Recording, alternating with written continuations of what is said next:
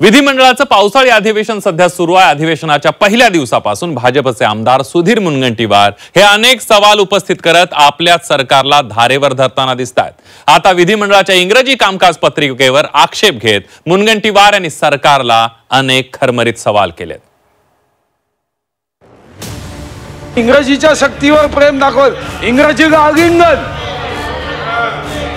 अध्यक्ष महाराज, माझा आक्षेप आहे अध्यक्ष महाराज, माध्यमांना हिंदी आणि मराठी बद्दल खूप लिहायला आहे। आता तुम्ही त्याच्यात इंग्रजीची ऍड करू नका। रेतीची वाहतूक वैध वाहतूक परवाना देऊन काही अटी शर्तीच्या अधीन राहून 24 तास वाहतूक करण्याबद्दलचा निर्णय शासन घेते आहे। माननीय मंत्री महोदय हे बुलेट ट्रेन पेक्षा वेगाने काम करत असताना जेव्हा घरकुगाचा प्रश्न आला तेव्हा पॅसेंजर पेक्षा मंद गतीने निर्णय का होत आहे? त्यांनी खरं मांडलं म्हणजे सरकारला घरचा आहेर म्हणण्यापेक्षा सरकारचे डोळे त्यांनी उघडले। आता ते सरकारने शहाणं व्हावं। पावसाळी अधिवेशन सुरू झाल्यापासून आपल्या सरकारवर वार करणारे आमदार सुधीर मुनगंटीवार यांनी पुन्हा एकदा सरकारला घरचा आहेर दिलाय। मराठीच्या मुद्द्यावरून सुधीर मुनगंटीवार विधानसभेत आक्रमक झाल्याचं पाहायला मिळालं। विधिमंडळाच्या इंग्रजी कामकाज पत्रिकेवर मुनगंटीवार यांनी आक्षेप घेत सरकारला धारेवर धरलं।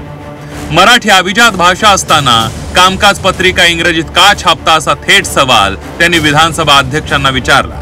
मीही 95 पासून आहे। इंग्रजीमध्ये आपली कार्यक्रम पत्रिका कधी मी तरी बघितली नाही। आता माझ्या प्रिझन वर्ग मध्ये इंग्रजीत कार्यक्रम पत्रिका मी तुम्हाला देतोय। इकडे मराठी अभिजात भाषा करायची आणि मराठी ज्यांना बोलता येत नाही त्यांना हिंदीची संधी असताना जबरदस्तीने इंग्रजी, मग हिंदीत बोलावं, कार्यक्रम पत्रिका हिंदीत घ्यावी, हिंदीच्या सक्तीला विरोध ठेवायचा आणि इंग्रजीच्या शक्तीवर प्रेम दाखवत इंग्रजी गागिंगन अध्यक्ष महाराज, नाही माझा आक्षेप आहे अध्यक्ष महाराज। अध्यक्ष महाराज, महाराष्ट्र विधानसभा नियम करत असताना इंग्रजीचा प्रभाव असेल। माझी आपल्याला विनंती आहे की तुम्ही एकदा नियम समितीची बैठक घ्यावी, इंग्रजी शब्द जिथं जिथं असेल तो काढून टाकावा। मराठी शिकलीच पाहिजे, अभिजात भाषा आहे। आणि समजा एखाद्याला खूप अडचण असेल तर हिंदी, आणि खूपच इंग्रजी शिवाय समजत नसेल तर पासपोर्ट विजा काढून डायरेक्ट ब्रिटन पार्लमेंटमध्ये पाठवा। आमदार सुधीर मुनगंटीवार यांच्या आक्षेपानंतर विधानसभा अध्यक्ष राहुल नार्वेकर यांनी काहीसं मिश्किल उत्तर दिलं। सुधीर भाऊ, माध्यमांना हिंदी आणि मराठी बद्दल खूप लिहायला आहे। आता तुम्ही त्याच्यात इंग्रजीची ऍड करू नका। आता आपण पुढे जाऊया। सुधीर भाऊ, माध्यमांना हिंदी आणि मराठी बद्दल खूप लिहायला आहे। आता तुम्ही त्याच्यात इंग्रजीची ऍड करू नका। आता आपण पुढे जाऊया। राज्यात 24 तास वाळूच्या वाहतुकीला परवानगी देण्याची घोषणा महसूल मंत्री चंद्रशेखर बावनकुळे यांनी सभागृहात केली। यावरही सुधीर मुनगंटीवार यांनी अनेक प्रश्न उपस्थित करत नाराजी व्यक्त केली। बुलेट ट्रेन पेक्षा वेगात काम करणारे मंत्री महोदय, घरकुलांचा प्रश्न आला की पॅसेंजर पेक्षा स्लो का होतात असा सवाल करत मुनगंटीवार यांनी बावनकुळेंना टोला लगावलाय। राज्यामधील वाळूच्या वाहतुकीस सायंकाळी 6 ते सकाळी 6 या कालावधीमध्ये बंदी असल्यामुळे राज्यामधील वाळूचा पुरेपूर वापर होत नाही। त्यामुळे सकाळी 6 ते सायंकाळी 6 या कालावधीत उत्खनन करून ठेवलेली रेतीची वाहतूक वैध वाहतूक परवाना देऊन काही अटी शर्तीच्या अधीन राहून 24 तास वाहतूक करण्याबद्दलचा निर्णय शासन घेते आहे। वाळूसाठी वाहतूक परवाना ETP तयार करण्यासाठी 24 तास सुविधा ही महाखनिजवर उपलब्ध करून देण्यात आलेली आहे।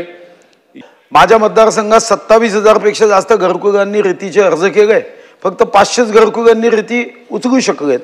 मला विनंती आहे की माननीय मंत्री महोदय हे बुलेट ट्रेन पेक्षा वेगाने काम करत असताना जेव्हा घरकुगाचा प्रश्न आला तेव्हा पॅसेंजर पेक्षा मंद गतीने निर्णय का होत आहे?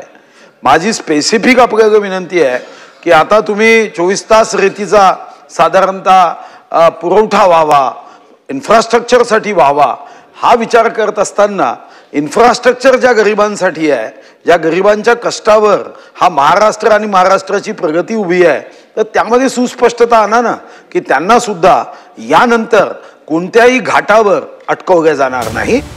तर सुधीर मुनगंटीवार यांनी सरकारचे डोळे उघडलेत। आता तरी सरकारनं शहाणं व्हावं असं म्हणत ठाकरेंच्या शिवसेनेचे आमदार सुनील प्रभू यांनी सरकारवर निशाणा साधलाय। सत्य आहे की घरकुलच्या बांधण्यासंबंधी ज्या प्रक्रिया करायला पाहिजे त्यासाठी प्रशासनातले अधिकारी अतिशय संत गतीने काम करतात, त्यामुळे गरिबाला तो न्याय मिळत नाही आणि तो अधिक वेगाने व्हायला पाहिजे. म्हणून सत्यता जी आहे ते सरकारचं फेल्युअर आहे ते त्यांनी सभागृहात मांडलं. सत्य काय आहे ते सांगितलंय ना. शेवटी विधिमंडळातला आमदाराला अधिकार आहे की खरं काय ते मांडायचं, त्यांनी खरं मांडलं. म्हणजे सरकारला घरचा आहेर म्हणण्यापेक्षा सरकारचे डोळे त्यांनी उघडले. आता ते सरकारने शहाणं व्हावं. विधानसभा 2024च्या निवडणुकीनंतर मुनगंटीवार यांना मंत्रिमंडळातून डावलण्यात आलं. त्यानंतर आतापर्यंत मुनगंटीवार यांनी आपल्या सरकारवर टीका करण्याची एकही संधी सोडलेली नाहीये. पावसाळी अधिवेशनाच्या पहिल्या दिवसापासून मुनगंटीवार यांनी पुन्हा एकदा ही झलक दाखवून दिली आहे. सीमा आढे, झी 24 तास, मुंबई.